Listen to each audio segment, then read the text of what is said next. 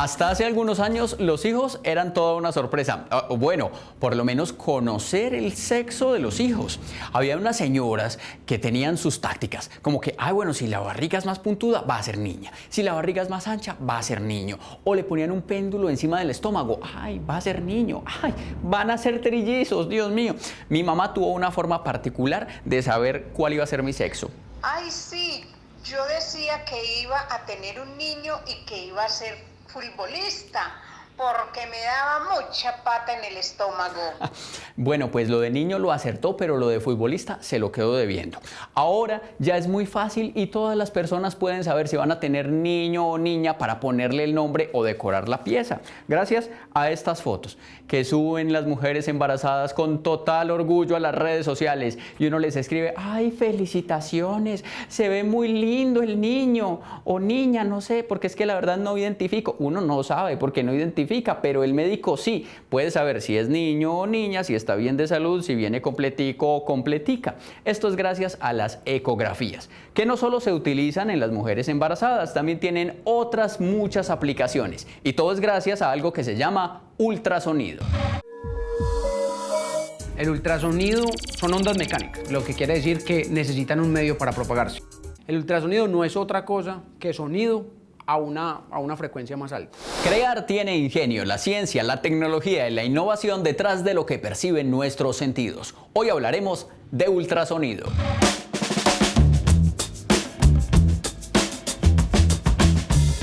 ¿Qué tienen en común las ecografías que les hacen a las embarazadas con los murciélagos y los delfines? No, no es eso, no sean así. No es que el niño venga con cara de murciélaguito, por favor. Tienen en común el ultrasonido y los ecos, porque ambos animales, tanto murciélagos como delfines, utilizan el sonido para hacer un mapeo del lugar en el que están. No sé si a ustedes les ha pasado, pero que uno esté en la casa por la noche con las luces apagadas y se meta un murciélago y ese susto es un animal ahí, y uno, ay Dios mío, se va a chocar con uno, me va a pegar el virus, va a tumbar las cosas, y el animal ni se choca con uno, ni lo ataca, ni tumba las cosas. ¿Y saben por qué? Pues porque ellos envían unas ondas sonoras que les permite hacer una lectura del espacio en el que están y así saber por dónde moverse, porque las ondas ultrasónicas son para los murciélagos como sus ojos y las ondas ultrasónicas son las que permiten ver la imagen del bebé en el vientre de la madre. ¿Pero qué es eso de ultrasonido? ¿Y por qué ultra? Ultra quiere decir que está por encima del rango audible de los humanos. Para nosotros, los humanos, por ejemplo, el ultrasonido es de 20 kHz hacia arriba, pero sin embargo los animales, por ejemplo, para ellos todavía eso es sonido. Porque, por ejemplo, los perros sabemos que pueden oír frecuencias más altas. A ver, para que vayamos entendiendo las diferencias entre frecuencias bajas y frecuencias altas. Cuando uno escucha el sonido del vecino que pone música a todo volumen en el carro, pero que está lejos y uno solo alcanza a percibir ese bum, bum, bum, bum, pues esas son las frecuencias bajas. También los rayos son frecuencias bajas o graves, como por ejemplo Luciano Pavarotti cuando canta La donna è mobile. Estos sonidos pueden viajar más lejos porque sus ondas son más largas. Y algunos sonidos de estos son tan bajos que los humanos no los alcanzamos a percibir, pero sí, por ejemplo, los topos o los elefantes. Al contrario, hay también frecuencias muy agudas, como por ejemplo la cantaleta de algunas mamás. ¡Ay, mientras usted viva en esta casa! O ese zumbido de los mosquitos a medianoche. Si están lejos no los alcanzamos a percibir, pero si están cerquita sí los escuchamos mucho porque estas frecuencias viajan así, son más corticas, pero se prolongan menos en la distancia.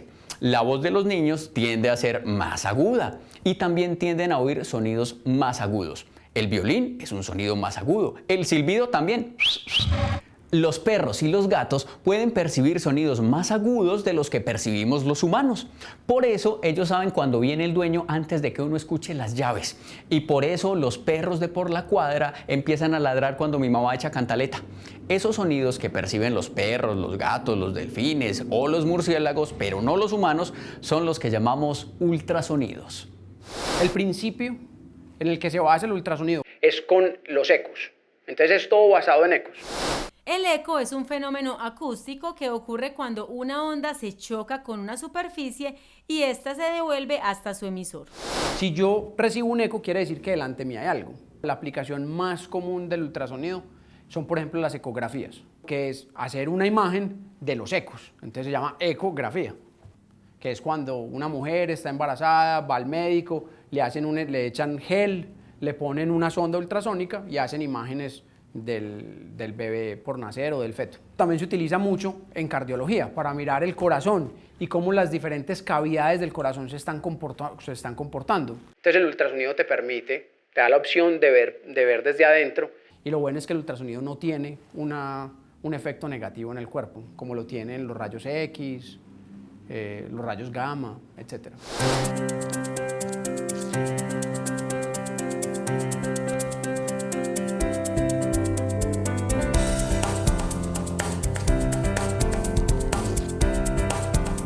Inicialmente el ultrasonido en su nacimiento estuvo muy limitado a ciertas áreas del conocimiento médico, a que ya prácticamente cualquier especialidad y cualquier órgano pueden ser observados por ecografía y puede obtenerse alguna utilidad casi en todas las áreas del conocimiento médico.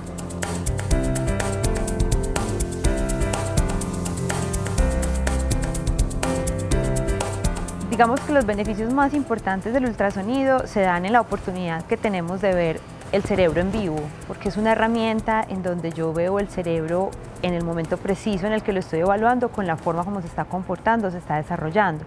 No es como otras herramientas de imagen en donde yo tomo una foto estática y la reviso después, sino que durante la realización de la ecografía yo estoy viendo en vivo lo que está sucediendo con el cerebro y tengo la posibilidad de moverme en el espacio y en las diferentes dimensiones visuales para poder determinar todo lo que nos permite visualizar la ecografía. Tecnológicamente en los últimos años la medicina ha avanzado, lo que en 1000 años se avanzó, se puede avanzar en la última década. Ha sido increíble y una de las cosas que más ha avanzado han sido los estudios de imágenes.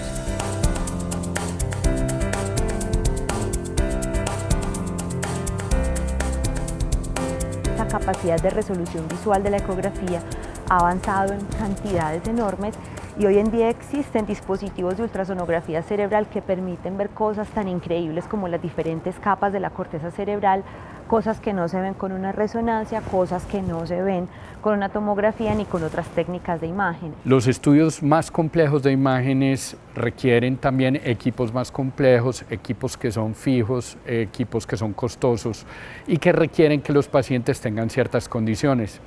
La ecografía es indolora, el ultrasonido no tiene efectos secundarios conocidos sobre los tejidos, no usa radiación, fuera de eso es portátil, entonces nos provee una fotografía del órgano o los órganos observados al lado del paciente. Que son herramientas que permiten hacer diagnósticos rápidos para tomar decisiones rápidas, casi siempre son decisiones de vida o muerte, o incluso para saber el pronóstico ante una situación nueva que presenta el niño. Fuera de eso es económica, es barata, no es un estudio muy costoso y a medida que los equipos van mejorando, nosotros también vamos mejorando nuestra capacidad de adquirir imágenes y de manejar el equipo y de operarlo de manera más apropiada para obtener las mejores imágenes.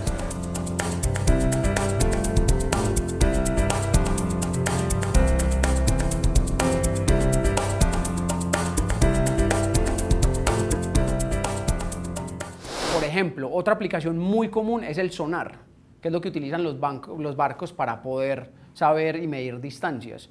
Eso se empezó a desarrollar y se desarrolló muy fuerte a partir del hundimiento del Titanic. Porque si el Titanic hubiera tenido la capacidad de medir esos objetos que estaban al frente, hubiera podido determinar que había un iceberg y no se hubiera chocado.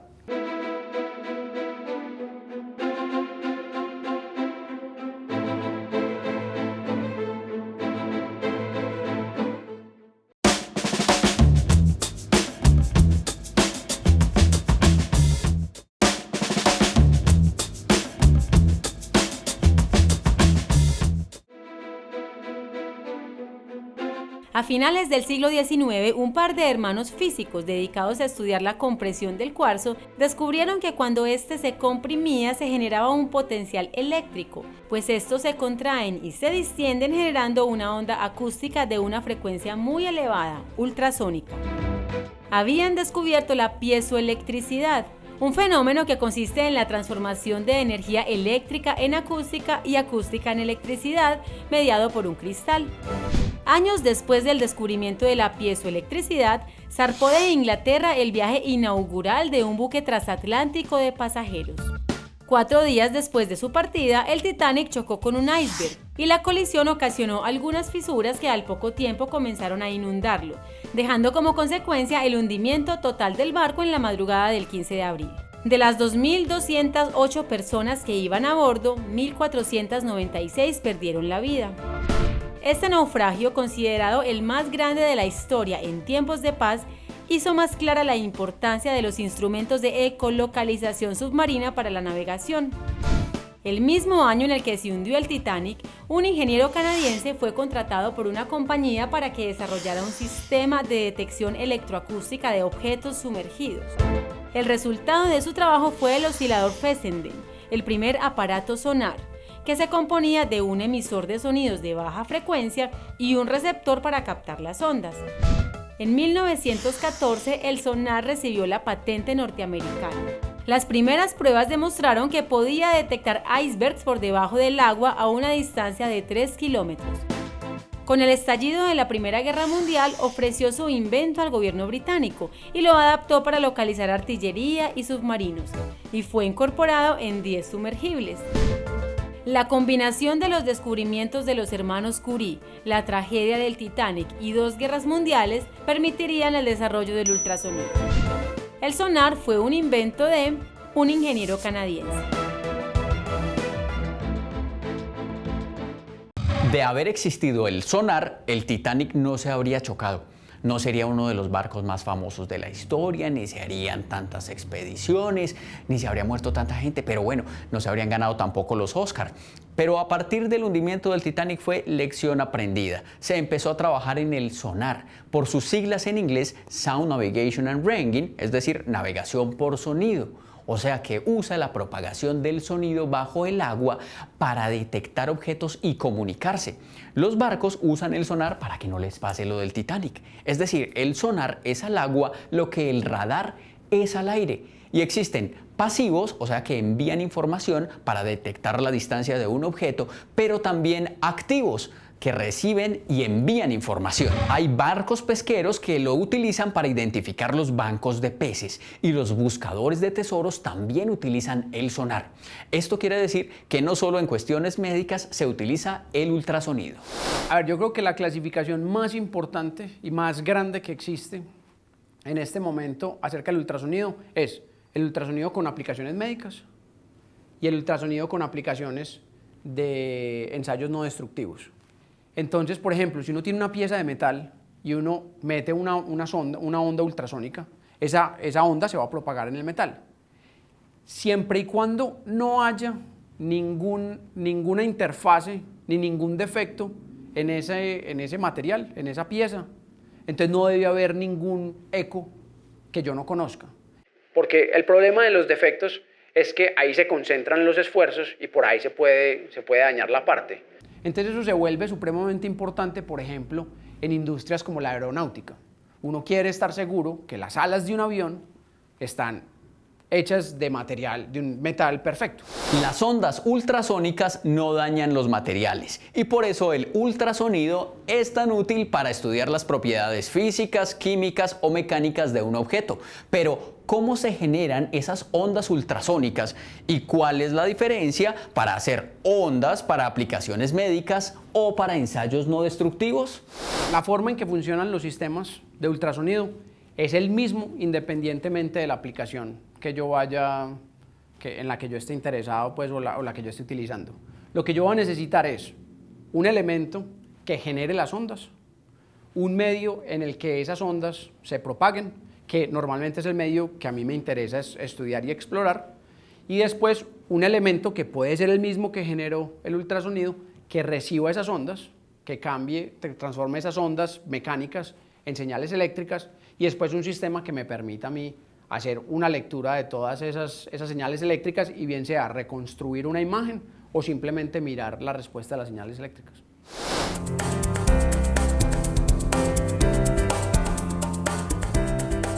cerebro, sobre todo en los recién nacidos, tiene una forma de manifestarse que aún no discernimos muy bien. Entonces necesitamos herramientas que nos permitan ver qué es lo que está pasando con ese cerebro, lo que llamamos las herramientas de monitorización no invasiva, que implican visualizar ese cerebro sin hacerle daño al bebé, y una de ellas es la ecografía cerebral. Y esto es una ecografía cerebral neonatal, es una herramienta a través de la cual podemos visualizar en una pantalla el cerebro del recién nacido y las estructuras más importantes de él. Lo podemos hacer desde el momento preciso del nacimiento, tanto en los bebés muy prematuros, muy pequeñitos, hasta los niños más grandes. Y probablemente esta es una de las más grandes ventajas que tiene el procedimiento, y es que no importa la edad ni tampoco la condición clínica del paciente, y se puede realizar sin ningún problema. Es una herramienta que además nos permite visualizar ese crecimiento del cerebro desde el día del nacimiento y ver cómo se va desarrollando día a día, o la aparición posible de complicaciones, sea por la condición del bebé o por los mismos procedimientos que hacen en la unidad. Vamos a poder investigar en vivo y en directo unas estrategias nuevas de imágenes que son mucho más fidedignas, que son mucho más exactas, que con toda seguridad, si salen adelante estas investigaciones, vamos a poder establecer imágenes no solo desde el punto anatómico, sino también desde el punto de vista funcional.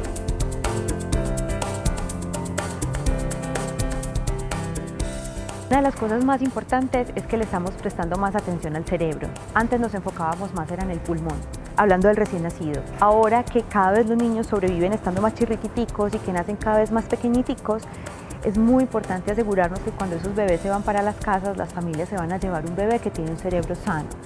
Y la salud de ese cerebro depende de nosotros como cuidadores, porque cuando el bebé nace, nace con un lienzo casi que en blanco, y ese cerebro se va a desarrollar y va a aprender dependiendo de lo que nosotros hacemos con esos niños durante la hospitalización.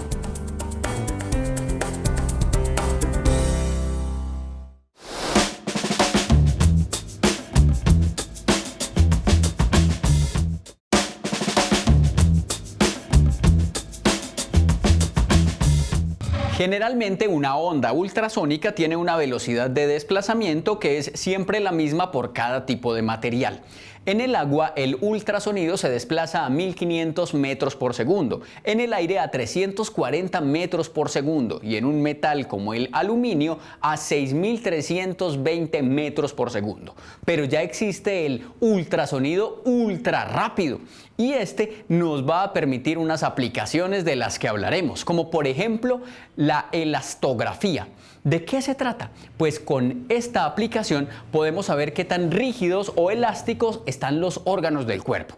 Pues, si yo me toco este músculo, pues yo sé que está duro, obviamente, porque se sienten todos los años de gimnasio, pero no puedo saber cómo está mi hígado o los pulmones porque no puedo meter la mano hasta allá. Y ahí es donde llega la elastografía, que permite conocer precisamente qué tan rígido está un órgano del cuerpo a partir del movimiento de las ondas en los tejidos.